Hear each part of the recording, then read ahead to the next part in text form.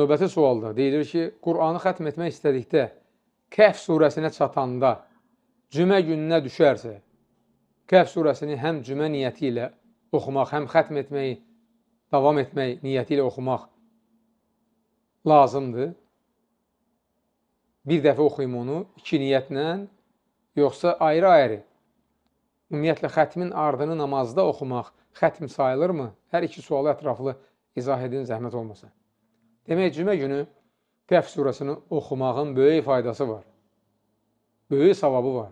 Növbəti cüməyə qədər insana huzur gətirir. Nur bəxş edir Allah Subhanahu taala o insana. Və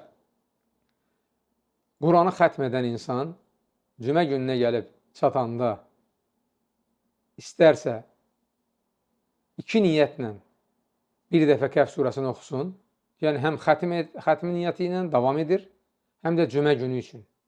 Və istərsə də ayrıca cümə günü üçün oxusun onu, sonra da ayrıca xətm niyyəti ilə oxusun. İki dəfə ayrı-ayrı.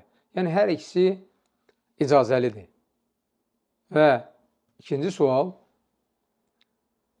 Qur'anı namazlarda oxuya-oxuya Qur'anı xətm etmək icazəlidir və bəyənilən əməllərdir. Xüsusilə də gecə namazında bunu etmək. Gecə namazında ayırırsan özün üçün vaxt, 1 cüz, 2 cüz, 3 cüz, nə qədər istəyirsən, oxu və Quranı beləcə xətm et.